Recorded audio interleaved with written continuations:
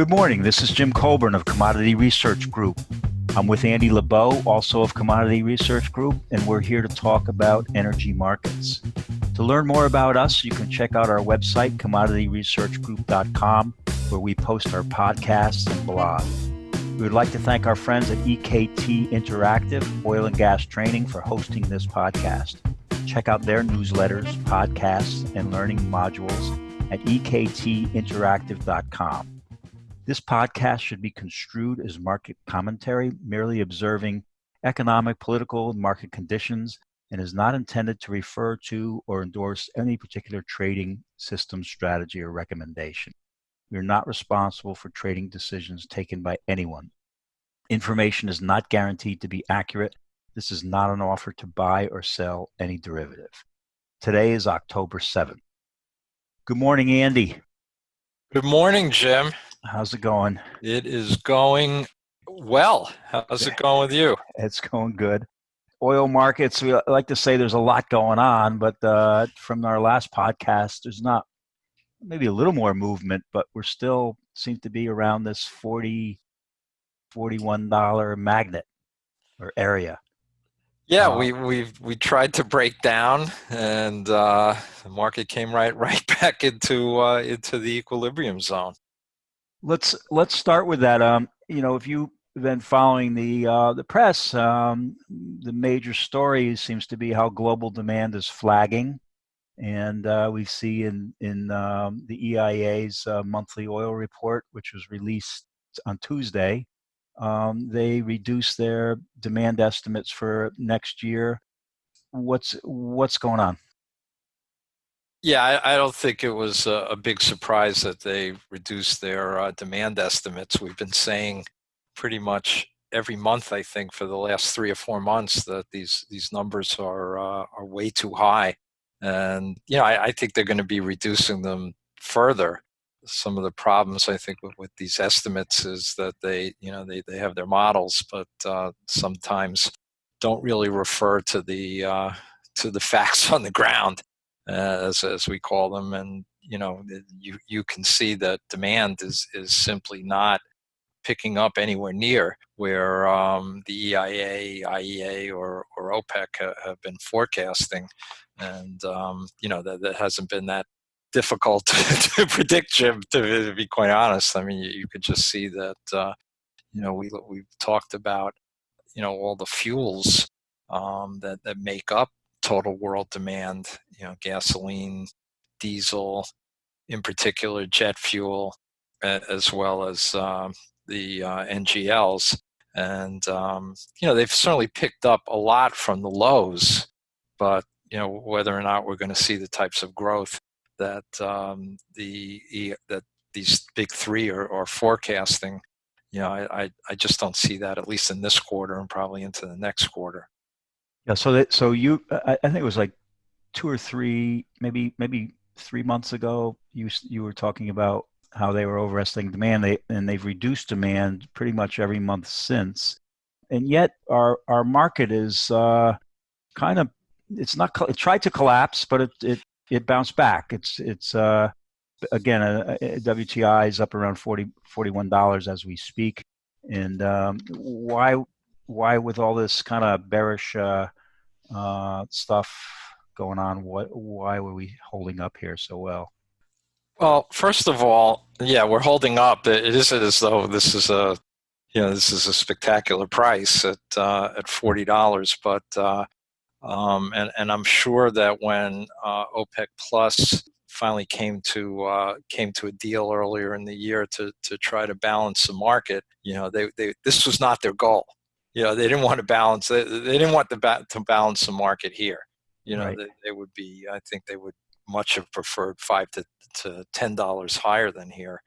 But I think Andy, I think Goldman came out with something earlier that said Saudi's working with $50 in their budget. So yeah, there you have it. I mean, low. I think that's a number that they would have been obviously much more happy with. So they've been able. I think they've done a pretty good job at balancing the market. But the reason I think, let's look at what's happened, at least in the short term, where we are losing some serious supply. we've lost the total of tens of millions of barrels out of the U.S. Gulf Coast over the last month because of these series of storms that are coming through, and there's one, Delta coming through now, and we've also lost some. We're about to lose some production in the North Sea, owing to Norwegian oil strike. Now those are short term, but it's probably helped to keep the market here. And as you've pointed out, Jim, the economies, they are growing. It's a question of what extent we're seeing economic growth. For one, I think that's that's certainly a key factor. And demand is, well, it's not improving anywhere near what what these big three are saying. It is improving. So I think they're you can see at the margins, we are seeing improvements, and that is helping to keep, I think, the market here. Plus, if in terms of our balances, just looking at what we do here at Commodity Research Group, and I probably change these balances all the time, but we still have we're still showing stock draws, so that's not bearish either. Right. As we speak, we're seeing stock draws, and to what extent, like at what rate are we seeing them? Well, I'm all we're all over the place on the rate, but the last numbers that we did, I was showing around a 2 million barrel a day draw for third quarter. I think I'm going to probably lower that a little bit more over the next month. Fourth quarter, 1.5, and it looks like first quarter. Right now, I've got about closer to 2 for the first quarter. So we are drawing inventories slowly, and it does look to me like maybe second or third quarter of 21 we'll have. I mean, that's the good news.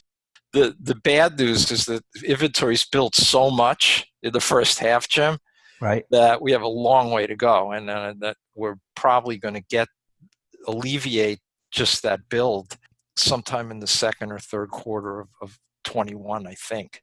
Mm. Well, I like to look at this Atlanta Fed nowcasting, because not for their absolute number. They're looking for, I think, plus 35% GDP growth in this quarter. But two revisions ago, they showed an uptick of 2.5, 2.6 GDP percentage points higher based on the economic data that was coming out, and that's been within the last month. So if you go pre-COVID, the whole economy was only growing by a little more than 2%. So it's kind of it kind of underlines how these economic numbers are how sort of drastic these numbers are, and the revisions are to these numbers. So I can understand how hard it is to get a handle on something like current demand and future demand. So but I guess the big three have been sort of missing it in the same direction for a few months in a row. I'm just wondering, when are they going to miss it, on the other side? So what are they going to go underestimate? Yeah, underestimate. And you're saying we're not there yet. We're not. Bottom line. Yeah, we're definitely not there yet. The big problem is continues to be jet fuel demand. There's until international travel is loosened, and people are, and at least on a business perspective, number one, and number two, people aren't fearful to fly. We're no matter what, we're going to have a 3 to 4 million barrel a day hole on jet fuel consumption. I mean, it looks like China's picked up some on jet fuel consumption, but we're not seeing it. It's certainly not. We're not seeing those numbers here in the U.S. Still jet fuel demand still stinks. I mean, it's running like 800 or 900. It's running about 50% of last year's numbers. Which has always been a problem when we talk about our markets for airlines to hedge going forward. Is the question's always been, well, you really don't know what your demand's going to be, or do you? And certainly now it's even worse. I mean, you might want to take advantage of what you think are low prices, and yet You don't know how many planes you're going to have in the air going forward. And I think when you look at the three reports that come out, the EIA, the IEA, and OPEC, the difference in their estimates from 2021 and 2019 is mostly jet fuel, right? Is that correct? Yeah, yeah. Well, jet fuel, gasoline has made a, certainly made a comeback from the lows, and diesel too has made a nice comeback from the lows. But we're nowhere near. Well, we're getting on diesel and gasoline, we're getting somewhat closer to 2019, but still, there's a long way to go. But jet is definitely the overriding big problem, number one, and diesel, I would say, not number two. So, Andy, early in the lockdown, we were talking about how diesel was kind of hanging in there because trucks were still moving, delivering products. Cars were, people weren't going out of their houses, and now that's kind of flipped. I mean, we seem to have more diesel around, and as you say, jet fuel, but gasoline demand has been, okay. Is that what Yeah, you? I think that's fair. I mean, gasoline, it's been okay. It's not, Right. it's not great, but it's for let's just look at just recently the 4 week average for gasoline is running around 8.6 million barrels a day here in the U.S. The 5 year average is 9.23 for this time of year. So we're still running 600,000 barrels a day behind last year, and diesel is running around 400 a day behind on demand. Of course, as we know, diesel is very sensitive to the economy, and you're right, Jim. There was a big demand for goods earlier in the year, and that certainly helped diesel demand. But looking at some of the manufacturing numbers, particularly in September, that weakened. It's not weak, but it's definitely softened. We'll see what fourth quarter has to, what we see here later in the fourth quarter.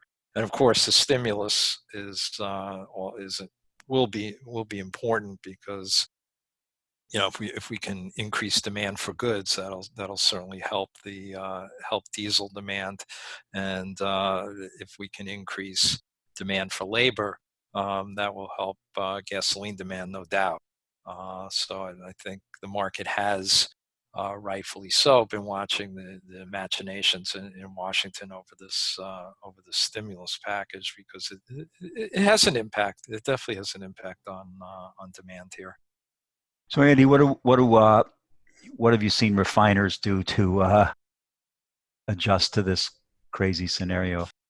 Well, there really have got it's been a really rough go for refiners. Getting back to diesel, we're still in a big surplus. We have too much diesel. There's no demand for jet fuel, and you don't want to make too much gasoline. So it's been difficult for them to try to balance the market.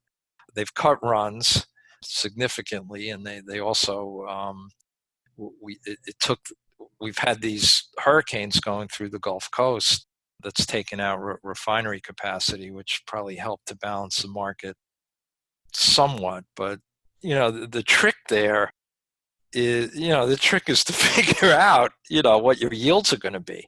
And Right. you want to keep the diesel yield as low as you can, right? But you don't want to swamp the gasoline market. Luckily, gasoline's in okay shape. So I think if refiners can figure out a way to you know, for, run for less diesel and jet, and they've been working on it for months now, maybe we'll get into a little better balance. But let me just talk about the balances for distillates. And we have 172 million barrels in inventory right now, which compares to 140 for the 5 year average. Mm.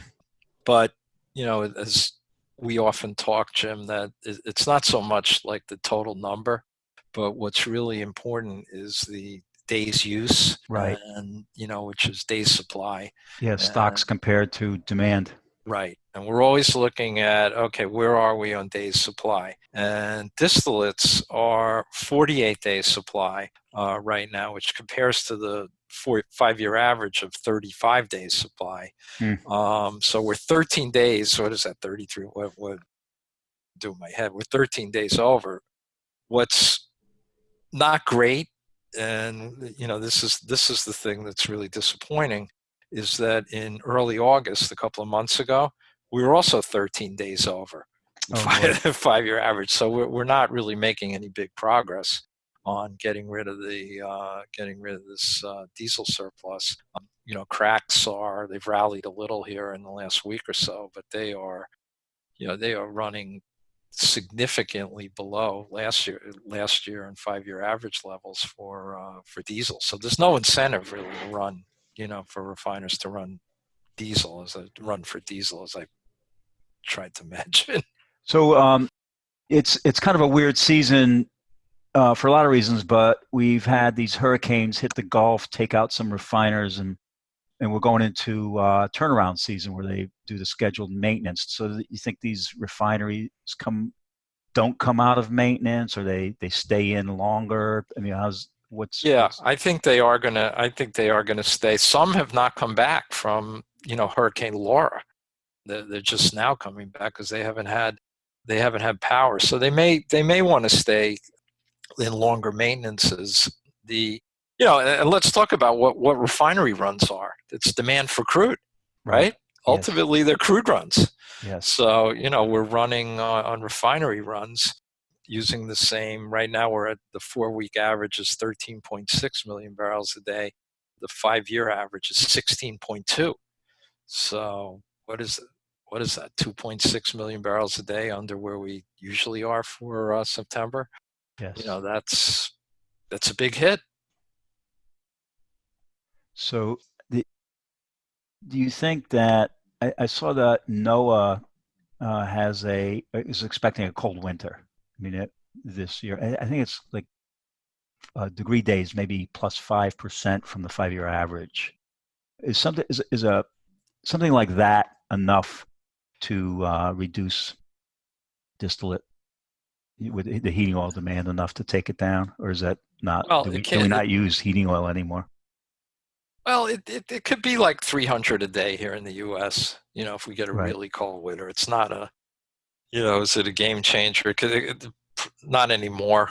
I mean, there are so few homes now being heated by heating oil, and much more towards natural gas. But you get a frigid winter, and it certainly can't hurt. But it's going to take a while to get rid of this distillate surplus. And what was really disappointing in the last week's EIA report was the production of diesel and gasoline. Both diesel went up.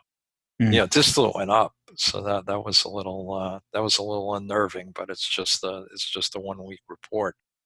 Well, demand should pick up somewhat here in October for the harvest for diesel, but when you're 13 days over, it's a long way to go, Jim. Yes. Let's swing over to OPEC, which they've actually been increasing over the last couple of months production. Right. And can you just take us through what's been happening and what you think is going to happen with OPEC Plus? Yeah. OPEC have been increasing. They OPEC themselves put the August production at like 24.0 million barrels a day, and the numbers there, final numbers haven't come out yet, but Reuters had them. The last Reuters report had them at 24.4 million barrels a day, Mm. and they're probably going to keep going up because we know that Libya's, which was at zero point 0.2 million barrels a day, is moving up to 0.5 probably by later in November and December. So and it's unclear whether and Iran also Iran's been up by 100,000 barrels a day, and and that certainly will have we'll be talking about Iran a lot next year. I Right.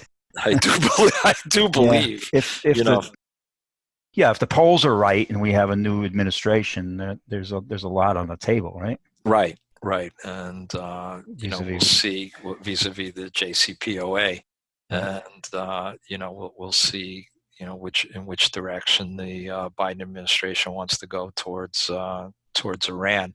But so I think OPEC production is on the rise. The both the OPEC Plus have been tapering, and production that they told us production's going up 2 million barrels a day in August, and it's also due to go up in the first quarter of next year. But with Libya coming out and where prices being where they are, I think I think OPEC Plus would be hard pressed to really increase production in the first quarter.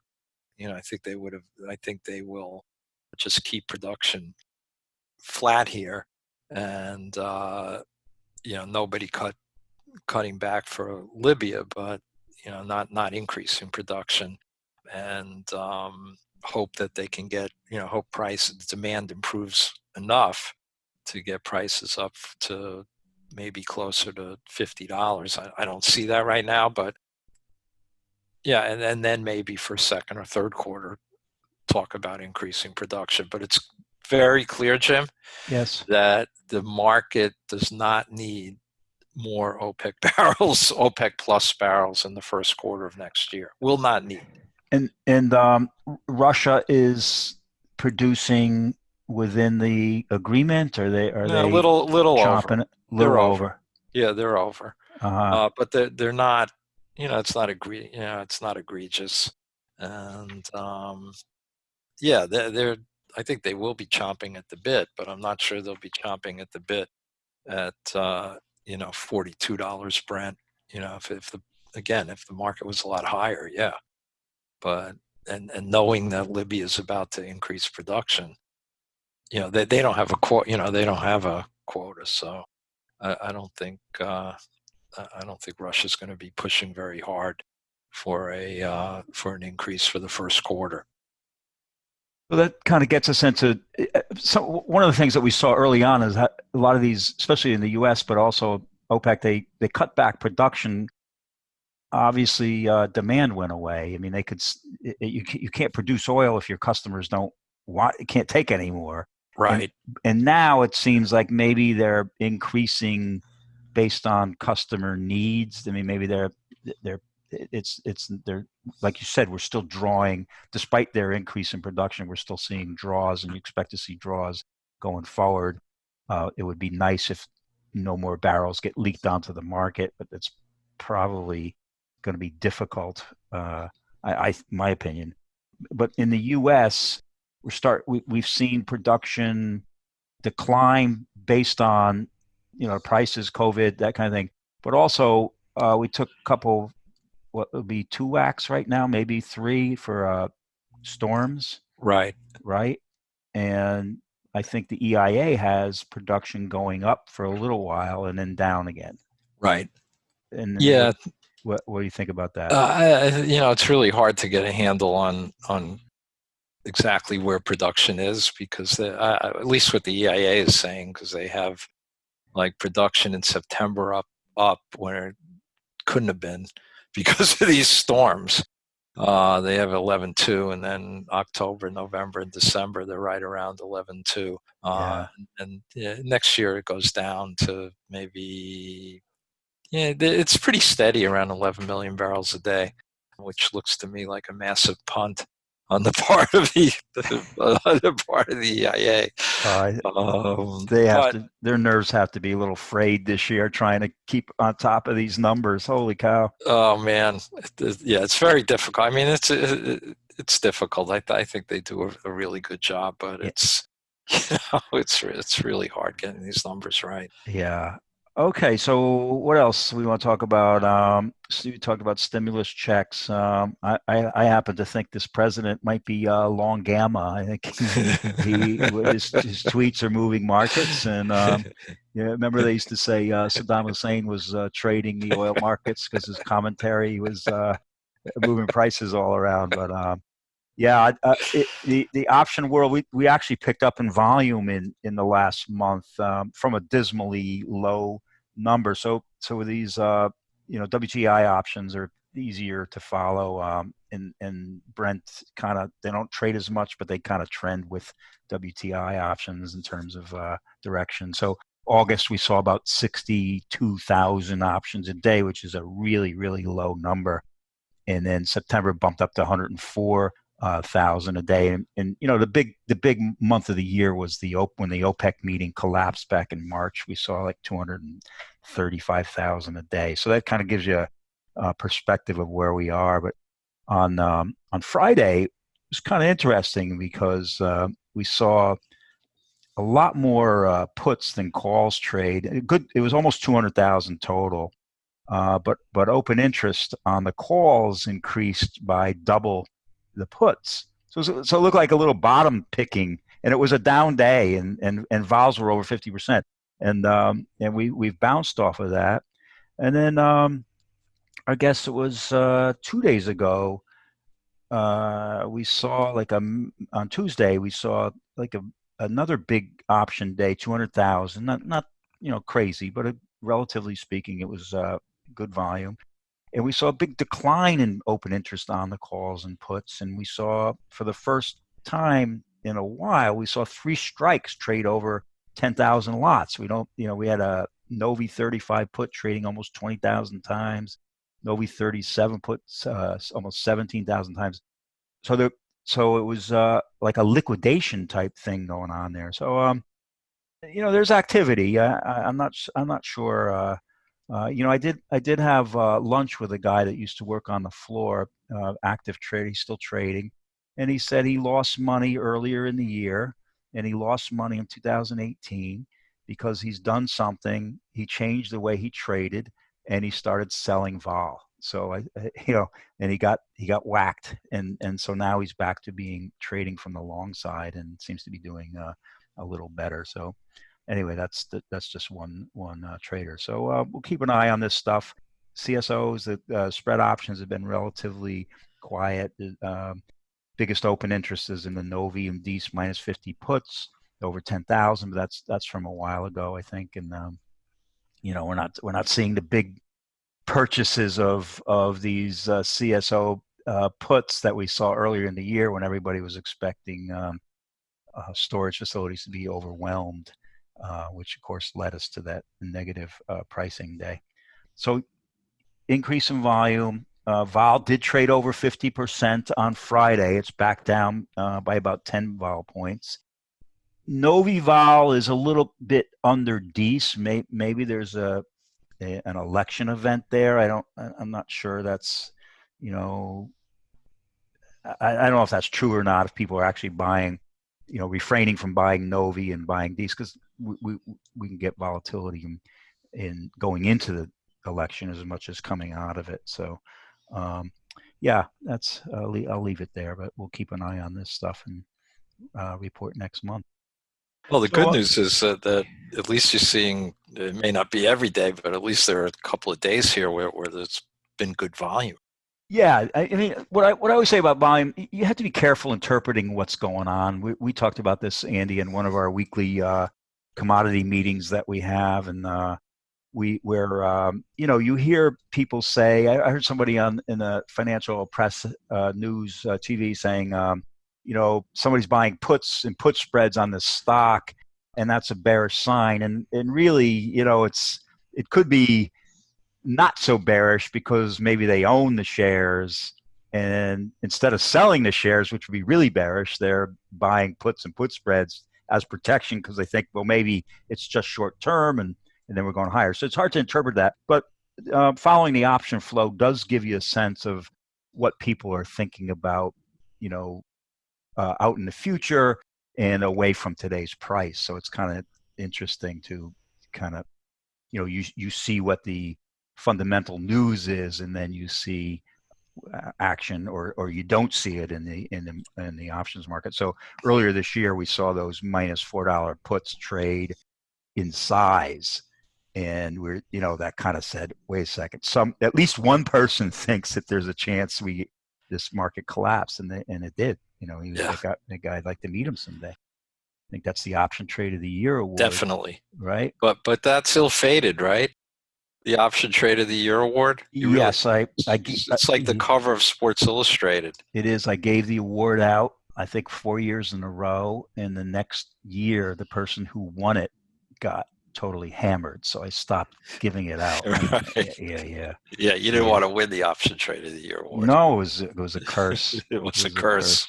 That's Right. why I'm watching Guyana very closely to see if they have an oil curse going on. But anyway, let's talk about prices going forward.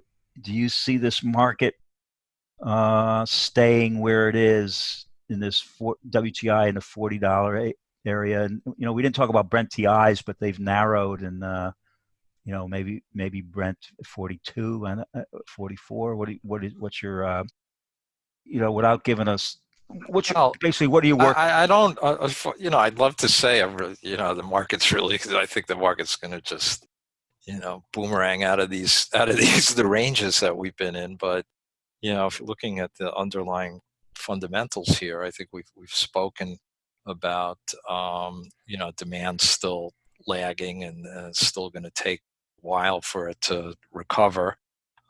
We've spoken about supplies are probably on the rise, owing to owing to Libyan production, and OPEC, the upcoming meeting, may keep.